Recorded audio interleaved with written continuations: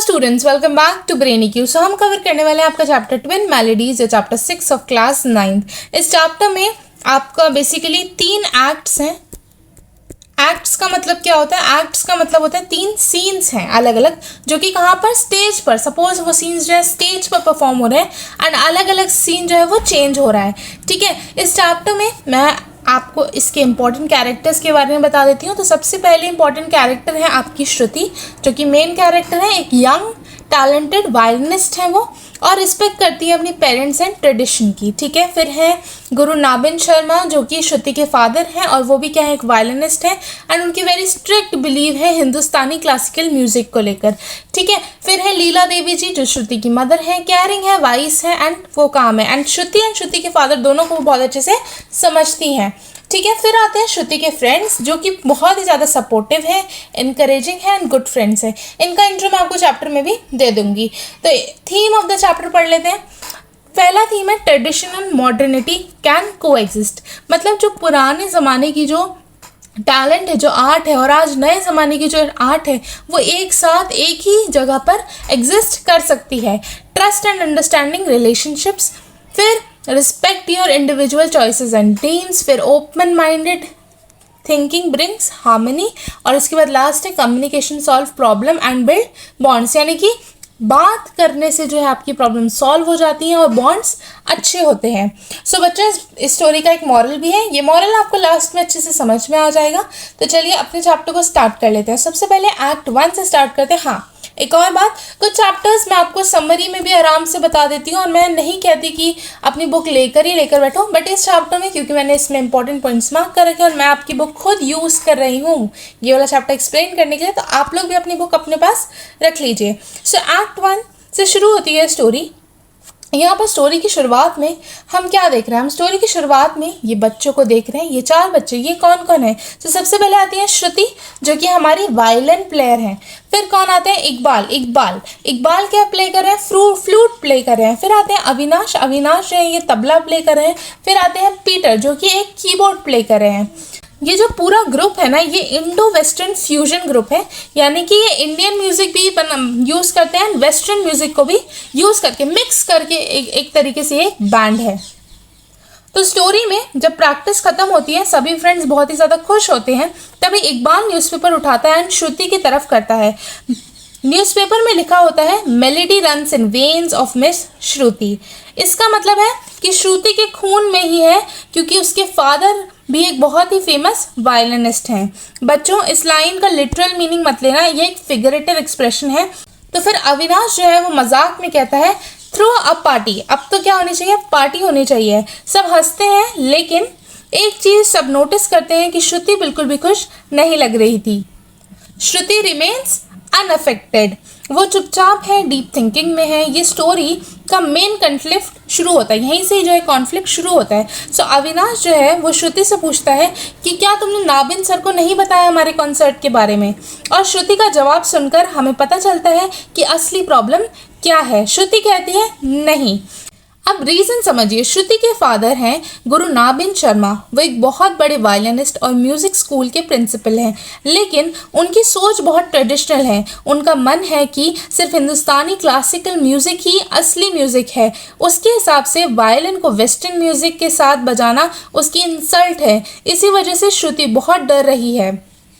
अब इसमें आपके एग्जाम्स के लिए क्या इंपॉर्टेंट है? सो एग्जाम्स के लिए यहाँ राइटर हमें जनरेशन गैप दिखाता है। एक तरफ जो फादर है वो ट्रेडिशन को प्रोटेक्ट करना चाहते हैं, और दूसरी तरफ जो उनकी वो डॉटर है वो ट्रेडिशन की रिस्पेक्ट भी करती है और कुछ नया भी ट्राई करना चाहती है। ध्यान रहे, श्रुति अपने फादर से बहुत प्यार करती है, वो उनकी फीलिंग्स को हर्ट नहीं करना चाहती, बस वो अपना ड्रीम भी फॉलो करना चाहती है। ये कैरेक्टर की क्या दिखाता है? मैच्योरिटी को दिखाता है। अब यहाँ पर स्टोरी में इकबाल जो है वो श्रुति को मोटिवेट करता है। वो कहता है तुम्हारे पापा हैं, वो तुम्हें समझ जाएंगे। He is your father will understand. ठीक है, आपके फादर जो है वो समझ जाएंगे। जितना डिले करोगी उतनी ही प्रॉब्लम बढ़ेगी। फ्रेंड्स का जो मैसेज है वो बहुत सिंपल है, प्रॉब्लम्स भागने की जगह सामना करना चाहिए, राइट। हमें प्रॉब्लम्स से भागने की जगह क्या करना चाहिए, उनका सामना करना चाहिए। और यहाँ पे एक बहुत ही इंपॉर्टेंट इडम भी यूज़ किया गया है, टू बाइट द बुलेट, मतलब किसी डिफिकल्टी या अनप्लीजेंट सिचुएशन का करेज के साथ सामना करना। एग्जाम में इसका मीनिंग पूछा जा सकता है, तो ये आपके लिए क्या है, इंपॉर्टेंट हो गया, इसको आप मार्क कर लेना अच्छे से। फाइनली श्रुति डिसाइड करती है कि tonight at dinner I promise I bring this up, यानी आज डिनर पर मैं पापा से बात ज़रूर करूँगी। और इसी डिसीजन के साथ जो हमारा एक्ट 1 है वो ख़त्म होता है। चलिए अगले एक्ट पर चलते हैं, एक्ट 2। अब जो सीन है वो श्रुति के घर पर शिफ्ट हो गया है, डिनर चल रहा है, लेकिन श्रुति खाना खा तो रही है पर उसका ध्यान बिल्कुल भी खाने में नहीं है। वो बार बार सोच रही है कि पापा को कैसे बताया जाए। उसकी जो मम्मी है, जो लीला देवी उनकी जो मम्मी थी, वो उनसे बोलती हैं, Shruti why are you lost in the thought, तुम इतनी ज़्यादा थॉट में क्यों लॉस्ट हो। अब यहाँ पर बच्चों यहाँ एक बात नोटिस करो, जब हम किसी से बात को लेकर बहुत ज़्यादा नर्वस होते हैं तो हम नॉर्मल बिहेव नहीं करते। राइटर भी श्रुति की नर्वसनेस को बहुत ही नेचुरली दिखाया है इस सीन में। श्रुति धीरे से कहती है, पापा मुझे आपसे कुछ कहना है, लेकिन पहले प्रॉमिस कीजिए आप गुस्सा नहीं होंगे। यहाँ पर देखिए, promise to not get to angry with me. लेकिन हमारे पेरेंट्स जैसे कि हमेशा कह देते हैं कि no promise is child but speak up. जैसे आप अपनी मम्मी को कुछ कहते हो, मम्मी आप गुस्सा मत करना, मैं आपको कुछ बताना चाहती हूँ, तो मम्मी क्या कहती हैं कि प्रॉमिस नहीं कर सकती, हो सकता है गुस्से वाली बात होगी तो गुस्सा करूँगी और गुस्से वाली बात नहीं होगी तो गुस्सा नहीं करूँगी। सो फाइनली हिम्मत कर श्रुति बताती है, पापा अगले हफ्ते मेरा एक कॉन्सर्ट है। लेकिन उसकी बात पूरी होने से पहले नाबिन शर्मा सीधा जवाब देते हैं, नो इज़ द आंसर। अब बच्चों यहाँ ये लाइन बहुत ही ज़्यादा इंपॉर्टेंट है, इसको मार्क भी कर लेना। पापा ने कॉन्सर्ट के बारे में प्रॉपर्ली सुना भी नहीं और पहले ही मना कर दिया। इससे हमें पता चलता है कि वो कितने स्ट्रिक्ट और डिसिप्लिन इंसान हैं। अब यहाँ पर देखिए, नाबिन शर्मा अपना एक रूल बता रहे हैं। वो बताते हैं, मेरा रूल है 6 मंथ्स में सिर्फ एक ही कॉन्सर्ट होगा। उनका मानना है कि अगर आर्टिस्ट बार बार परफॉर्म करेगा तो उसकी वैल्यू जो है वो कम हो जाएगी। वो चाहते हैं कि श्रुति प्रैक्टिस पर फोकस करे, ना कि किस पे, पॉपुलैरिटी पे फोकस करे। लेकिन श्रुति के फादर को असली शौक जब लगता है जब श्रुति उन्हें बताती हैं, पापा ये इंडो वेस्टर्न फ्यूजन कॉन्सर्ट है और इसके बाद बुक में सिर्फ एक वर्ड लिखा है, साइलेंस। यहाँ पे देखिए, यहाँ पे लिखा हुआ है, सीन के बीच में क्या हो गया है, साइलेंस हो गया है। सो ये साइलेंस बहुत ही ज़्यादा पावरफुल है क्योंकि नाबिन शर्मा को ये बात बिल्कुल पसंद नहीं आती। यहाँ पर राइटर ने साइलेंस यूज़ करके इमोशन दिखाया है। कभी कभी बिना कुछ बोले भी इंसान अपना गुस्सा और डिसअपॉइंटमेंट जो है वो दिखाता है। अब नाबिन शर्मा बहुत गुस्से में है और कहते हैं, मैंने कभी नहीं सोचा था कि मेरी अपनी बेटी भी फ्यूजन म्यूज़िक चूज़ करेगी। Let alone my child would lose their sense and musicality to such extent. मैंने ऐसा कभी नहीं सोचा था। उनके हिसाब से जो क्लासिकल म्यूजिक है वो सबसे ज़्यादा क्या है, सुपीरियर है। वो फ्यूजन म्यूजिक को सीरियस नहीं मानते। यही वजह है कि श्रुति के डिसीजन को वो रिजेक्ट कर देते हैं। लेकिन यहाँ पर हम देखते हैं कि श्रुति भी हार नहीं मान रही है। वो पोलाइटली रिक्वेस्ट करती हैं, पापा एक बार रिहर्सल देख लीजिए, उसके बाद जो आप डिसीजन लेंगे मुझे मंजूर होगा। नोटिस करिए, श्रुति आर्ग्यू नहीं कर रही है, वो सिर्फ फेयर चांस मांग रही है। लेकिन नाबिन शर्मा उसकी बात में भी मानते नहीं है। वो फ्यूजन म्यूजिक का मजाक उड़ाते हैं और बिना कुछ सुने ही वहाँ से चले जाते हैं। अब पापा के जाने के बाद श्रुति बहुत ही ज़्यादा उदास हो जाती है और उसे लगता है कि अगर पापा ने परमिशन नहीं दी तो पूरी टीम की जो परफॉर्मेंस है वो ही नहीं कर पाएगी और उनकी सारी मेहनत जो है वो वेस्ट हो जाएगी। सो श्रुति की मम्मी जो समझ पा रही थी ये सब कुछ, वो कहती हैं, तुमने पहले परमिशन क्यों नहीं ली। यानी उसकी मम्मी भी मानती हैं कि पहले सच बोल देना चाहिए था, लेकिन वो श्रुति को उससे नाराज़ होकर भी उसकी केयर करती हैं। ये एक मदर का बैलेंस कैरेक्टर दिखाता है बच्चों कि हमारी मम्मी हमसे नाराज़ भी होती है फिर भी हमारी फिक्र करती है। कभी कभी मम्मी कहते हैं अच्छा नहीं खाना मत खाओ, लेकिन उसके बाद वो खुद हमारे लिए अच्छा खाना लेकर आते हैं। सो दिस शोज़ कि हमारी जो मदर होती है ना, वो हमसे इमोशनली बहुत ही ज़्यादा अटैच होती है और वो हमारी हमेशा केयर करती हैं। श्रुति अपनी गलती एक्सेप्ट करती है एंड वो कहती है कि सॉरी मम्मी। यहाँ पर देखिए, वो कहती है सॉरी मम्मी, अब मैं कभी कुछ नहीं छुपाऊंगी। बट यहाँ पर एक बहुत ही अच्छी क्वालिटी है श्रुति के अंदर कि वो अपनी गलती जो है वो मैच्योरिटी से मानती है। इसलिए उसका कैरेक्टर आप कैसा बता सकते हैं, उसका कैरेक्टर काफ़ी ज़्यादा मैच्योर है, वो काफ़ी ज़्यादा समझदार है इस चीज़ में। लेकिन बच्चों यहीं से ये जो स्टोरी है वो काफ़ी इंटरेस्टिंग टर्न लेने वाली है। अब आपका आ गया नेक्स्ट एक्ट, एक्ट नंबर 3।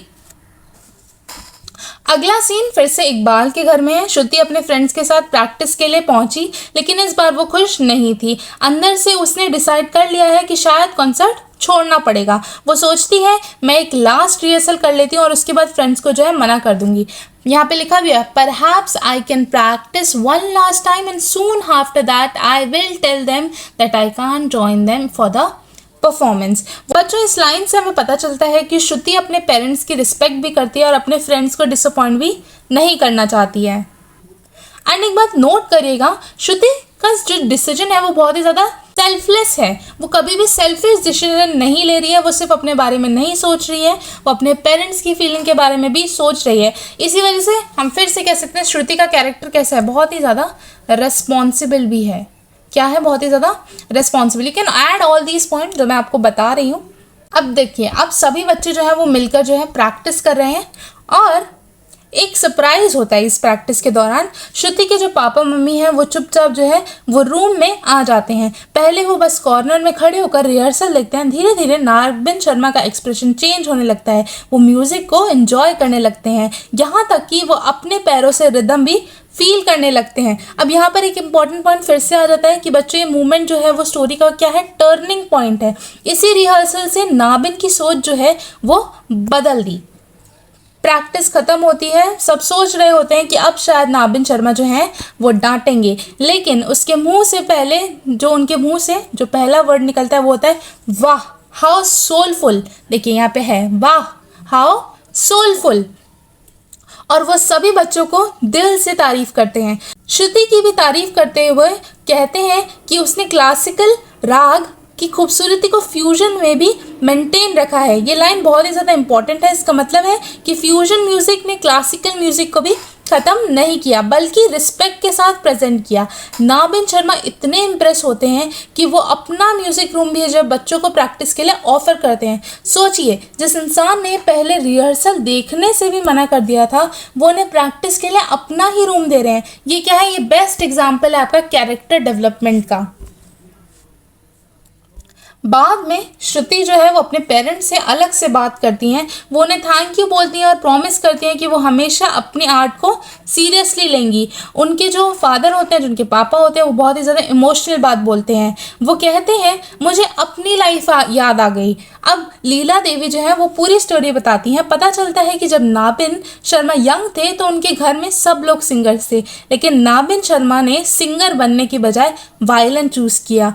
उस समय उनके फादर भी उनके डिसीजन के जो है अगेंस्ट थे। यानी आज जो सिचुएशन श्रुति के साथ हो रही थी, बिल्कुल वही जो है वो सेम नाबिन के साथ हुई। बच्चों यहाँ पर राइटर ये बताना चाहते हैं कि एक बहुत बड़ा मैसेज देते हैं। कभी कभी हम अपना स्ट्रगल भूल जाते हैं और वही प्रेशर अगली जनरेशन पे जो है वो डाल देते हैं। तो लीला देवी ने नाबिन को उनका ही पास्ट याद दिलाया। इसी वजह से उनकी जो सोच है वो बदल गई। और यहाँ पे लिखा भी हुआ है I had forgotten my own past, it was your mother you should thank. तो उनके फादर कहते हैं तुम्हें मुझे थैंक यू नहीं बोलना चाहिए, अपनी मदर को थैंक यू बोलना चाहिए। उनके फादर ने ये भी कन्फेस किया कि उन्हें लगा कि जो श्रुति हैं वो क्लासिकल म्यूज़िक को भूल जाएंगी, लेकिन अब वो समझ गए हैं कि हर आर्टिस्ट को अपना अलग सफ़र होता है। और फिर वो कहते हैं I will root for your group at the concert, I trust you Shruti and I will root for your group at the concert. यही सुनते ही श्रुति अपने पेरेंट्स को हक कर लेती है। इसी इमोशनल मोमेंट्स के साथ जो ये प्ले है वो ख़त्म हो जाता है। यहाँ पे लिखा हुआ है Shruti hugs both of her parents and last में लिखा हुआ है कर्टन डाउन, यानी कि जो प्ले है वो यहाँ पर ख़त्म हो गया है। अब इससे टाइटल की एक्सप्लेनेशन थोड़ी सी मैं आपको बता देती हूँ। टाइटल आपका क्या था, ट्विन मेलोडीज। इसका मतलब है बच्चों ये जो टाइटल है क्यों रखा गया है, क्योंकि इस चैप्टर में ना हमें दो मेलोडीज एक साथ चलती हुई दिख रही है। सबसे पहले क्या है, हिंदुस्तानी क्लासिकल म्यूजिक, फिर इंडो वेस्टर्न म्यूजिक का फ्यूजन। सो एंड में दोनों एक दूसरे के ऑपोजिट नहीं, एक दूसरे के साथ, एक दूसरे के मिलकर जो है एक अच्छी सी मेलोडी बनाते हैं, जो कि इवन नाबिन शर्मा जी को भी क्या कर देती है, इम्प्रेस कर देती है। आई होप आपको ये पूरा का पूरा चैप्टर अच्छे से समझ में आ गया होगा। सो यही था आपका चैप्टर। चलिए अब इसके हम इम्पॉर्टेंट क्वेश्चंस को डिस्कस कर लेते हैं। सो ये रहे आपके important questions of this chapter. सबसे पहला क्वेश्चन है why is this chapter title twin melodies. तो मैंने आपको अभी बताया क्योंकि यहाँ पे different art forms classical and Indo western music का दोनों का जो है फ्यूजन किया गया है, दोनों मेलोडीज की बात की गई है। हु इज श्रुति शर्मा। श्रुति शर्मा कौन है? जो इस जो स्टोरी है उनकी मेन लीड श्रुति शर्मा है और वो कैसी है? रिस्पॉन्सिबल एंड मैच्योर चाइल्ड है। फिर why is Shruti afraid to tell her father about the concert. So Nabin Sharma को वो क्यों बताने से डर रही थी? क्योंकि नाबिन शर्मा जो है वो अपोज करते हैं इंडो वेस्टर्न म्यूजिक को, इसीलिए। फिर हाउ डू श्रुति's friend react to her worry. So इसमें श्रुति के जो फ्रेंड्स हैं वो उनके लिए जो है वरिड क्यों थे और उन्होंने कैसे रिएक्ट किया? उन्होंने कहा कि तुम अपने फादर को बताओ, वो तुम्हें जो है ज़रूर समझेंगे क्योंकि वो तुम्हारे फादर हैं। What happens during dinner at श्रुति's home। श्रुति के होम में जब एक्ट 2 में डिनर हो रहा होता है तो क्या होता है वहाँ पर? वो जब अपने फादर को बोलती हैं तो वो उन्हें सीधा मना कर देते हैं, वो कहते हैं नो। उनकी बिना बात सुने ही वो कह देते हैं no is the answer. How does Shruti try to convince her father. वो अपने फादर को कैसे कन्विन करती है कि वो कहती हैं कि जो अपने फादर को वो कहती हैं कि आप एक बार मेरे कॉन्सर्ट में आइए, एक बार आप मेरी प्रैक्टिस सुनिए एंड फिर आप हमें जज करना। लेकिन उसके फादर फिर भी क्या कह देते हैं? नो कह देते हैं। Why does Shruti feel disappointed after dinner conversation. Dinner conversation के बाद वो इतनी डिसअपॉइंटेड क्यों होती हैं? क्योंकि वो जो है उन्हें लगता है कि उनके फादर मान जाएंगे लेकिन वो सीधा नो बोल देते हैं। नेक्स्ट डे जब वो रिहर्सल के लिए जाती हैं तब वो अपने फ्रेंड्स को भी नहीं बता पाती हैं कि उनके फादर ने उन्हें क्या मना कर दिया है। Why what is the turning point of the story. कहाँ से आया था स्टोरी का टर्निंग पॉइंट? जब श्रुति के जो फादर हैं नाबिन एंड लीला वो दोनों कहाँ चले गए थे? वो उनके रिहर्सल देखने चले गए थे इकबाल के हाउस में। फिर how does Nabin Sharma's opinion change after watching the rehearsal. क्योंकि उनकी रिहर्सल इतनी अच्छी थी कि नाबिन शर्मा जो है वो खुद ही उस मेलोडी को एंजॉय करने लगे थे, अपने फुट को जो है वो टैप करने लगे थे फ्लोर पे बार बार। और इसी से हमें क्या पता चलता है कि उनकी जो उनका सोच है वो बदल गई थी। What does Leela Devi reveal about Nabin Sharma. अब लीला देवी भी अपना एक ट्विस्ट बताती हैं लास्ट में। एक्ट 3 में आपको ये पता चला कि लीला देवी जो है कहती हैं कि तुम्हारे जो फादर है नाबिन शर्मा है वो अपना पास भूल गए हैं। नाबिन शर्मा की जो पूरी फैमिली थी वो क्या थी? वो लोग क्या थे? वोकलिस्ट थे, यानी कि सिंगर्स थे। लेकिन नाबिन शर्मा को क्या बनना था? उन्हें वायलिनिस्ट बनना था और उनके भी खिलाफ उनकी फैमिली थी, लेकिन वो अपना स्ट्रगल भूल गए। एंड श्रुति भी उनके ही जैसी थी। फिर What message does the chapter give us about the tradition and modernity? So क्या बताता है कि हमें दोनों है ट्रेडिशन और मॉडर्निटी, जो ये दोनों आर्ट्स हैं ये एक साथ चल सकती हैं, इन्हें अलग अलग एक दूसरे को अपोज करने की ज़रूरत नहीं है। What is the final outcome of the chapter? So इस चैप्टर में हमें पता चला कि श्रुति हैं और जो उनके फादर हैं उनका रिलेशनशिप बहुत ही ज़्यादा अच्छा हो जाता है, बहुत ही ज़्यादा स्ट्रॉन्ग बॉन्ड हो जाता है। उनके फादर भी बहुत ज़्यादा अंडरस्टैंडिंग बन जाते हैं। एंड लास्ट में वो क्या कहते हैं कि वो उनके म्यूज़िक को रूट करने में हेल्प करेंगे, यानी कि उनकी जो म्यूज़िक में है वो हेल्प करेंगे। सो यही थे बेटा आपके important questions and your chapter 6 is over. ये वाला जो इमेज होता है ये मैं कहाँ पे डाल देती हूँ? कम्युनिटी पोस्ट पे डाल देती हूँ। आफ्टर विद इन 1 आवर और 2 आवर वीडियो जब अपलोड होती है तब भी मैं डाल देती हूँ, ठीक है। सो आप वहाँ पे जाकर इससे डाउनलोड कर सकते हैं या यहीं से इसका स्क्रीनशॉट ले सकते हैं। मिलते हैं अपने अगले चैप्टर में। Thank you so much.